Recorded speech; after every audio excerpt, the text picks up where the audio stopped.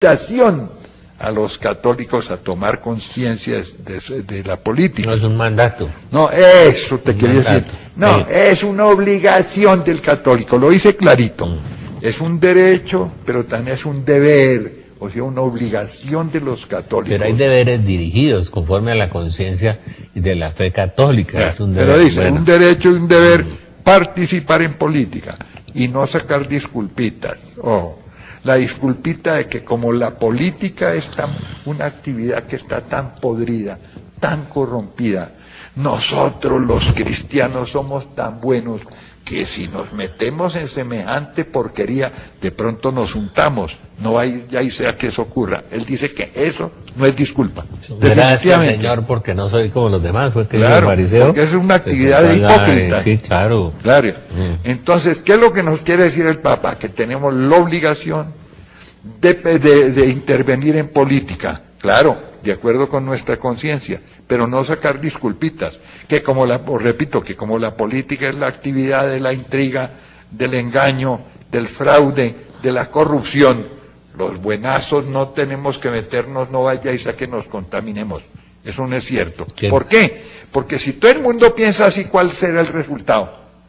Que vamos a ver triunfar a los peores, a esos corruptos precisamente. Con nuestra abstención, nosotros le allanamos el camino, le convertimos en una avenida. ¿Tú te para imaginas? Que todos los políticos corruptos triunfen. Claro. Ese es el como punto. Han triunfado.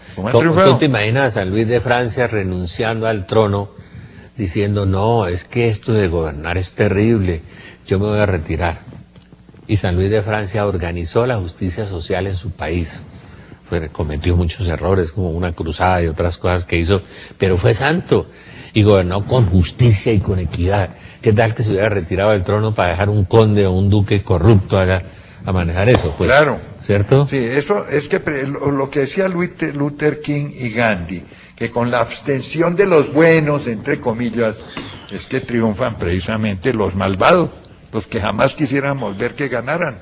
De modo que mucho ojo, cuidado con la abstención, cuidado con el pasivismo, cuidado con el inmovilismo. Tenemos la obligación de participar, claro, en conciencia, pero hay que participar.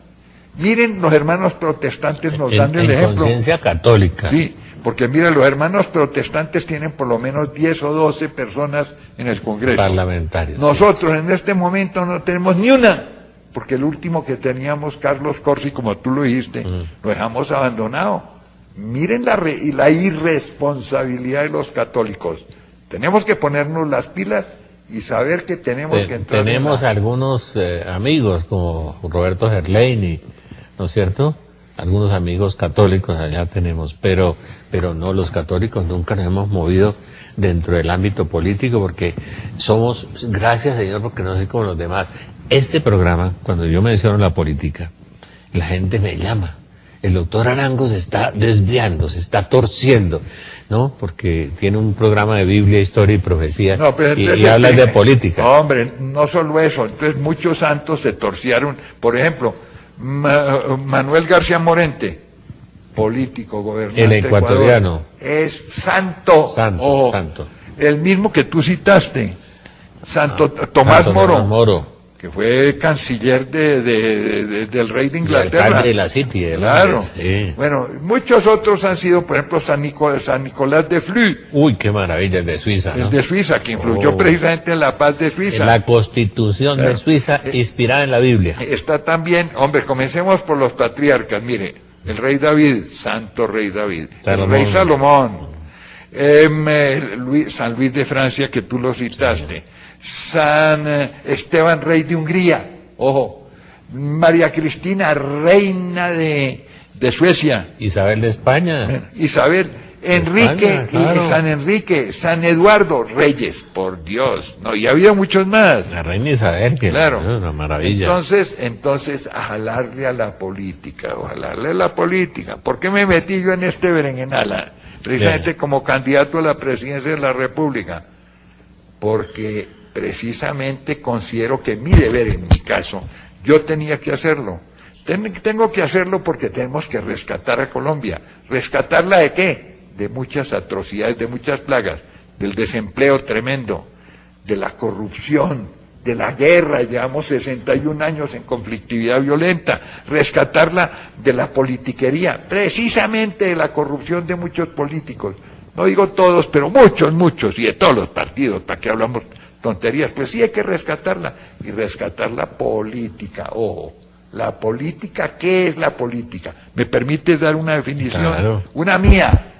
Yo digo, los autores, y Aristóteles, y qué sé yo, y Tomás, muchos sí. hablan de que es una ciencia, dicen unos arte, dicen otro el arte del bien común, la ciencia del bien común. Sí, eso es cierto, pero yo la defino de otra manera. Yo digo que es una pasión, la pasión de más de 24 horas al día, de 25 horas, de pensar en los demás, de concebir a los demás, de ver cómo le hacemos el bien a los otros, cuál es el bienestar de los demás, y ocuparse 25 horas del día en eso. El que tiene esa pasión es un político. Ahora bien, esa no se le exige a todo el mundo. Hay mucha gente que no tiene esa pasión, tiene otras. La pasión de por ejemplo, enseñarle a los niños, la pasión del arte, la pasión del ama de casa bien llevada y bien concebida para que su hogar sea como un hogar de Nazaret. Científico. Sí, hay muchas pasiones, diéramos muchos carismas y muchos dones. Claro. Pero aún si hay muchos cristianos que no tienen la pasión específica de la política, tienen la obligación en conciencia, por lo menos de votar, y mire, y de usar la lengua, porque uno tiene que censurar los males y tiene que dar buenos juicios para estimular a los buenos, por lo menos eso, y el voto, ¿no es cierto? Mínimo el voto, güey. Bueno, hoy una persona que quiere votar por ti, después te cuento quién es, una amiga tuya. Ah, bueno. ¿No? Que viene y hace un programa el viernes por la noche aquí, un programa muy querido porque es de sanación, ¿no? Ah, regio. Entonces me dijo, yo voy a votar por el doctor Galat. A mí no me interesa si gana o si no gana. Es que en mi conciencia es por el único que debo votar. Dije, uy, al fin encontré un cristiano católico convertido, porque la gente me pasó una anécdota que las voy a contar. Yo soy muy amigo y quiero mucho al general Valencia Tovar. Cuando fue candidato a la presidencia... Es un hombre eminente, pulcro y honorable. Cuando fue candidato a la presidencia, estuve en su oficina de campaña y miré las estadísticas, iba a ganar, según las encuestas. Y nadie votó por él, porque la maquinaria y los manzanillos, y sobre todo el criterio absurdo y estúpido, perdóneme la expresión, de San Pablo además, de los colombianos, es que yo no voto por fulano porque va a perder. ¿Usted vota es por el ganador o vota en su conciencia? Es la pregunta. Como va a perder, entonces no voto por él, aunque me gusta mucho, pero no voto por él. Y descubrí con Valencia Tovar el mecanismo de los colombianos tan terrible, que no son capaces de votar en su conciencia por el que realmente es, sino que votan por el que va a ganar. O sea, son unos arribistas y se arriman al carro de la victoria como si el candidato se fuera a enterar que usted votó por él. No se va a enterar nunca. Pero es absurdo eso. O sea, no hay una conciencia política. Hay que votar en conciencia, pero una conciencia ética y una conciencia católica. Bueno, pero volvamos sobre la pregunta que me hiciste. Uno de los programas fundamentales de mi propuesta de gobierno es el rescate de los valores morales y espirituales de Colombia. ¿Por qué? Porque el país está muy corrompido, muy corrompido. La política corrompida, pero no solo la política. Miren qué pasa, por ejemplo, en los matrimonios. ¿Sabes?